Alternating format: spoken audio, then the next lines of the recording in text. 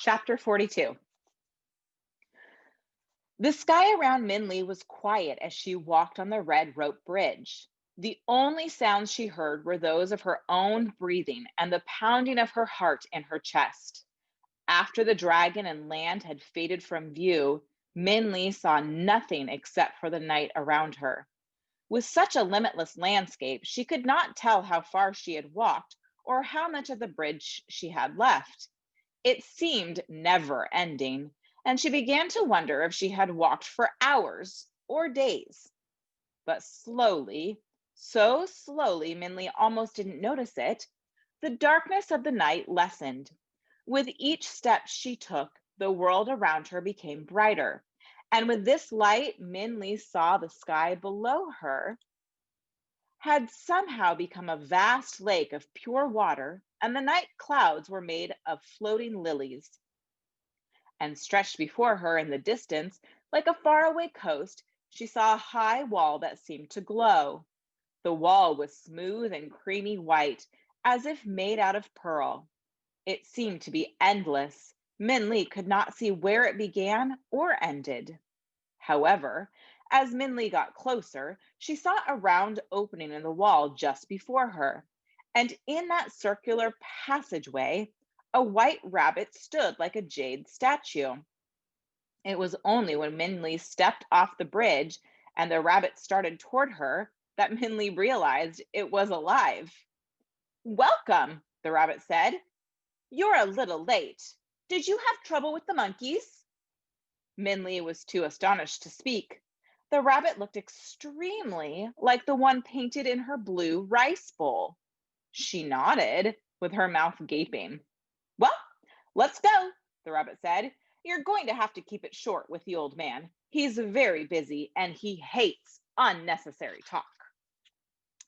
Minli followed the rabbit through the round opening into the white courtyard and over a polished stone bridge that seemed to grow from the ground. As they passed over it, Minli saw the smooth water wave with gentle ripples and heard what sounded like faint drumming. To one side of her in the distance, standing out against the flat landscape, Minli saw the silhouette of a man cutting down a lone tree, his axe making a thumping rhythm. As he chopped, the branches of the tree shook. Leaves, blossoms, and seeds flew through the air and dropped into the water like raindrops. "Is that the old man of the moon?" Minli asked. "Him?" the rabbit said, following Minli's gaze. "Oh, no, that's Wu Kang." "Why is he cutting down the tree?" Minli asked. It seemed a shame to her that the only tree on Never Ending Mountain was being cut down. "Questions, questions," the rabbit said. "I should make you wait to ask the old man. But if you must know, Wu Kang tries to cut down that tree every night." "Every night?" Minli couldn't help asking. "Yes," the rabbit said. The story of Wu Kang. Most thought Wu Kang was very lucky. His wife was beautiful and his children were healthy, and they all lived in a comfortable cottage on a farm in the country. His parents and elder brother lived with him, and his neighbors were faithful friends. But Wu Kang always wanted more. When his crops thrived and flourished, he decided farming was not satisfying enough for him. And the day he reaped his successful harvest, he told his friends that he was leaving the countryside to move to town. "Why?" they asked him. "I want more," Wu Kang said. "But we are so happy here all together," they said. "It is not enough," Wu Kang said. So he packed up his possessions and sold his cottage, farm, and land. Then, with his wife, children, parents, and brother, he moved to town. It was crowded and inconvenient in the smaller house, but Wu Kang was able to apprentice himself to a furniture maker, and his family began to adapt to their cramped home. However, the day he was able to carve a chair from beechwood was the day he quit and decided to move to the city. "Why?" his parents asked him. "I want more," Wu Kang said. "But we are happy here together," they said. "It is not enough," Wu Kang said. So, with his wife and children walking behind him, Wu Kang left his parents and brother behind and moved to the city to search for something more. Their new home was a small hut of earth squeezed between other tumble down houses on a filthy street, far away from the tight, cozy house in town or the comfortable cottage on the farm. Nonetheless, his wife and children adjusted to life in the city while Wu King looked for satisfaction. But still, nothing was enough for him. After mastering the abacus, Wu King decided to quit the training to be a storekeeper. After learning how to hold a paintbrush, he stopped studying for a government position. Wu Kang always wanted more. Maybe you should try to become an immortal, his young man said to him. You couldn't want more than that. I think, Wu Kang said, perhaps you are right. So Wu Kang packed up a small bag and left his wife and children to find an immortal to study under.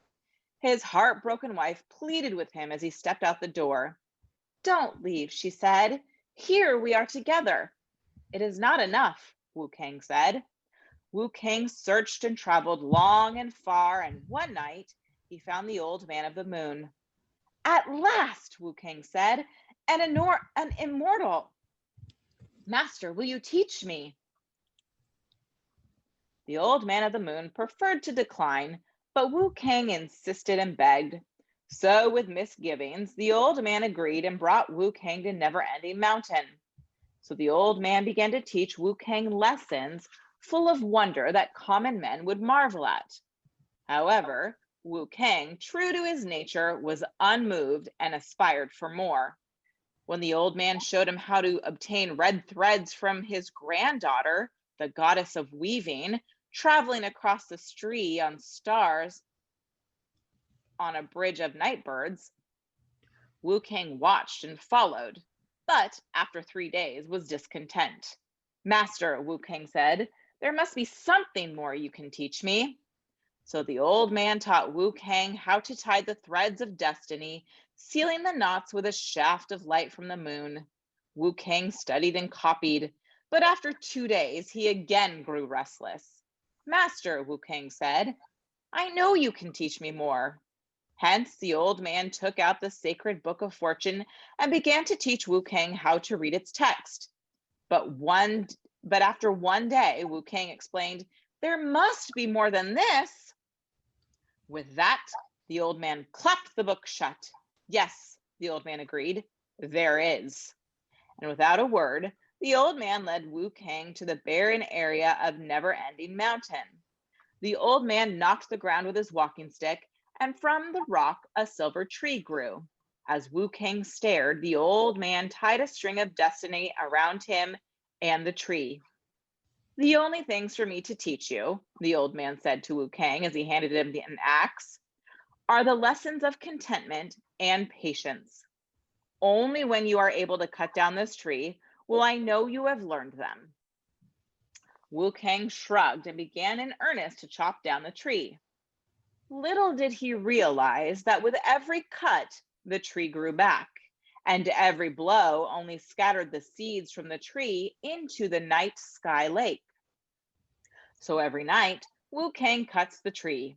Tied by the string of destiny, he cannot leave it, and is fated to chop until he learns his lesson, or until the end of time.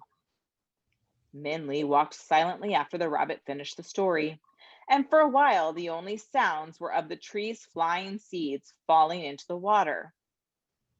Those seeds, Min Li said to herself, they are really falling through the sky to the earth.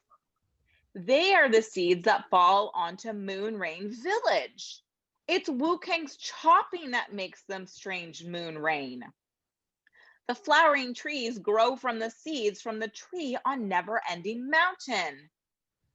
But just then, Min Li's thoughts were interrupted by the rabbit, which had stopped suddenly. In there, the rabbit said, motioning toward a circular opening through a stone wall, is the old man of the moon. And we have an awesome picture today.